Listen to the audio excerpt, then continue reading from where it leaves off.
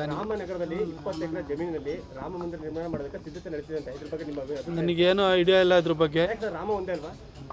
ನನಗೆ ಐಡಿಯಾ ಇಲ್ಲ ಅಂತಂದ್ರೆ ರಾಮ ಒಂದೇ ಅಲ್ಲ ಅಂದ್ರೆ ಏನು ಅಸಂಬದ್ಧವಾದ ಪ್ರಶ್ನೆ ಕೇಳ್ತೀರಿ ಜರ್ನಲಿಸ್ಟ್ ನೀವು? ಅಲ್ಲ ಅದ್ರ ಬಗ್ಗೆ ಐಡಿಯಾ ಇಲ್ಲ ಅಂತಂದ್ರೆ ನೀವೇನು ಅಣ್ಣ ಸುಮ್ಮನೆ ನೀನು ಒಂದು ಪತ್ರಕರ್ತ ಫಸ್ಟ್ ಹೋಗಿ ಡಿಗ್ರಿ ತಗೊಂಬ ಸರಿ ಸುಮ್ಮನೆ ಹೋಗಿ ನೀ ಯಾವ್ದಿಲ್ಲ ಸರ್ಟಿಫಿಕೇಶನ್ ಕೋರ್ಸ್ ಮಾಡಿದ್ಯೇನೋ ನಂಗೆ ಗೊತ್ತಿಲ್ಲ. ಭರತ್ ಬಗ್ಗೆ ಮಾತಾಡದೇ ಇರೋಂಥ ಬಿಜೆಪಿ ನಾಯಕರು ರಾಮನ್ ಬಗ್ಗೆ ಜಾಸ್ತಿ ಫೋಕಸ್ ಮಾಡ್ತಾ ಇದ್ದಾರೆ ಅನ್ನೋದು ಕಾಂಗ್ರೆಸ್ನ ಹೇಳಿಕೆ. ಎಲ್ಲ 22ನೇ ತಾರೀಕು ಎಲ್ಲ ಪತ್ರಕರ್ತರು ಕೂಡ ನೀವು ಕೂಡ ಈ ಒಂದು ರಾಮ ಜನ್ಮಭೂಮಿಗೆ ಸಂಬಂಧಪಟ್ಟಾಗೆ ಒಳ್ಳೊಳ್ಳೆ ಸುದ್ದಿಗಳನ್ನು ಬಿತ್ತರಿಸಿ ಸ್ಥಳ ಒಂದು ನಿಮಿಷ ಒಂದು ನಿಮಿಷ ಕೇಳಿಸ್ಕೊಳ್ಳಿ. ಈ ಒಂದು ರಾಮ ಜನ್ಮಭೂಮಿ ಅಭಿಯಾನ ಇರ್ಬೋದು, ಈಗ ವಿಗ್ರಹ ಪ್ರತಿಷ್ಠಾಪನೆ ಮತ್ತು ಪ್ರಾಣ ಪ್ರತಿಷ್ಠೆಯ ವಿಚಾರ ಇರ್ಬೋದು, ಇದಿಷ್ಟಲ್ಲೂ ಕೂಡ ಮಾಧ್ಯಮಗಳು ರಾಮನ ಸಂದೇಶವನ್ನು ಅಲ್ಲಿ ನಡೀತಿರುವಂಥ ಬೆಳವಣಿಗೆಗಳನ್ನು ಎಳೆಯಾಗಿ ಜನರ ಮುಂದಿಟ್ಟು ತುಂಬ ಒಳ್ಳೆಯ ಕೆಲಸವನ್ನು ಮಾಡಿದರೆ ನಾನು ಮಾಧ್ಯಮ ಮಿತ್ರರಿಗೂ ಕೂಡ ಧನ್ಯವಾದವನ್ನು ಹೇಳ್ತೀನಿ. Thank you.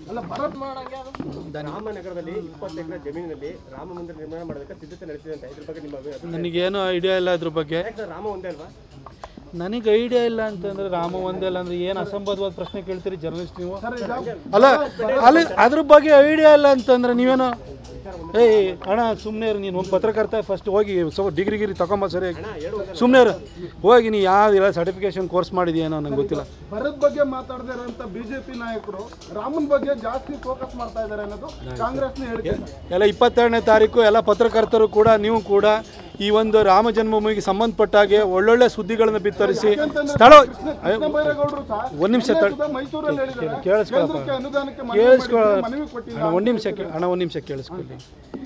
ಈ ಒಂದು ರಾಮ ಜನ್ಮಭೂಮಿ ಅಭಿಯಾನ ಇರ್ಬೋದು, ಈಗ ವಿಗ್ರಹ ಪ್ರತಿಷ್ಠಾಪನೆ ಮತ್ತು ಪ್ರಾಣ ಪ್ರತಿಷ್ಠೆಯ ವಿಚಾರ ಇರ್ಬೋದು, ಇದಿಷ್ಟಲ್ಲೂ ಕೂಡ ಮಾಧ್ಯಮಗಳು ರಾಮನ ಸಂದೇಶವನ್ನು ಅಲ್ಲಿ ನಡೀತಿರುವಂಥ ಬೆಳವಣಿಗೆಗಳನ್ನು ಎಳೆಯಾಗಿ ಜನರ ಮುಂದಿಟ್ಟು ತುಂಬ ಒಳ್ಳೆಯ ಕೆಲಸವನ್ನು ಮಾಡಿದರೆ ನಾನು ಮಾಧ್ಯಮ ಮಿತ್ರರಿಗೂ ಕೂಡ ಧನ್ಯವಾದವನ್ನು ಹೇಳ್ತೀನಿ. Thank you.